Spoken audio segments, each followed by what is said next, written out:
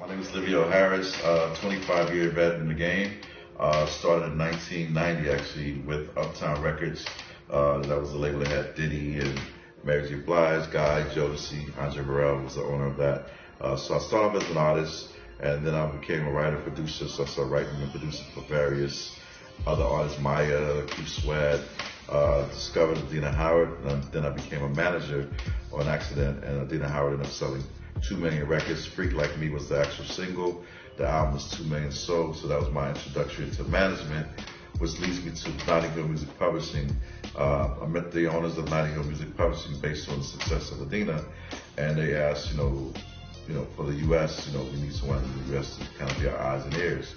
So I said, yeah, let's do it. So from there, we created Will Smith, and now, fast forward 20 years later, you have Will Smith was one of the things. We have Outkast, we have songs from CeeLo Green, Don't You Pussycat Dolls. It goes on and on. Beyonce, Michael Jackson. So the U.S. Division of Nottinghill has expanded and has become one of the biggest independents in the U.S. We also worldwide as well in London, but I'm more so responsible for helping with the U.S.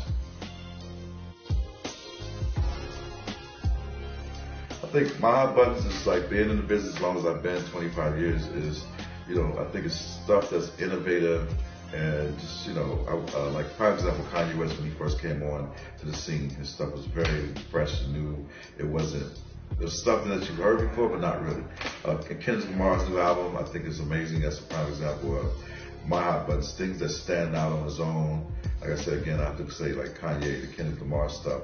I would have to say Meghan Trainor, from the other side of the fence. Just stuff that is very innovative and not repetitive to what's already out there. What I do is I listen to the music on a daily basis, and I go through them very, very carefully. And if it's something that catches my eye, the first step for me as a publisher is to submit it to the company chairman and see if we can try to lock that in and sign it before anyone else gets to it, obviously. But the goal is to listen to the music, see if it makes sense, submit it to the company, and then try to get the potential writer or producer in-house with us at Nottinghill. And then the goal from there is to kind of launch them and get them on other records, like try to get them on a Rihanna project, try to get them on a record with Usher or Chris Brown or what have you, to expand their careers as writer producers and become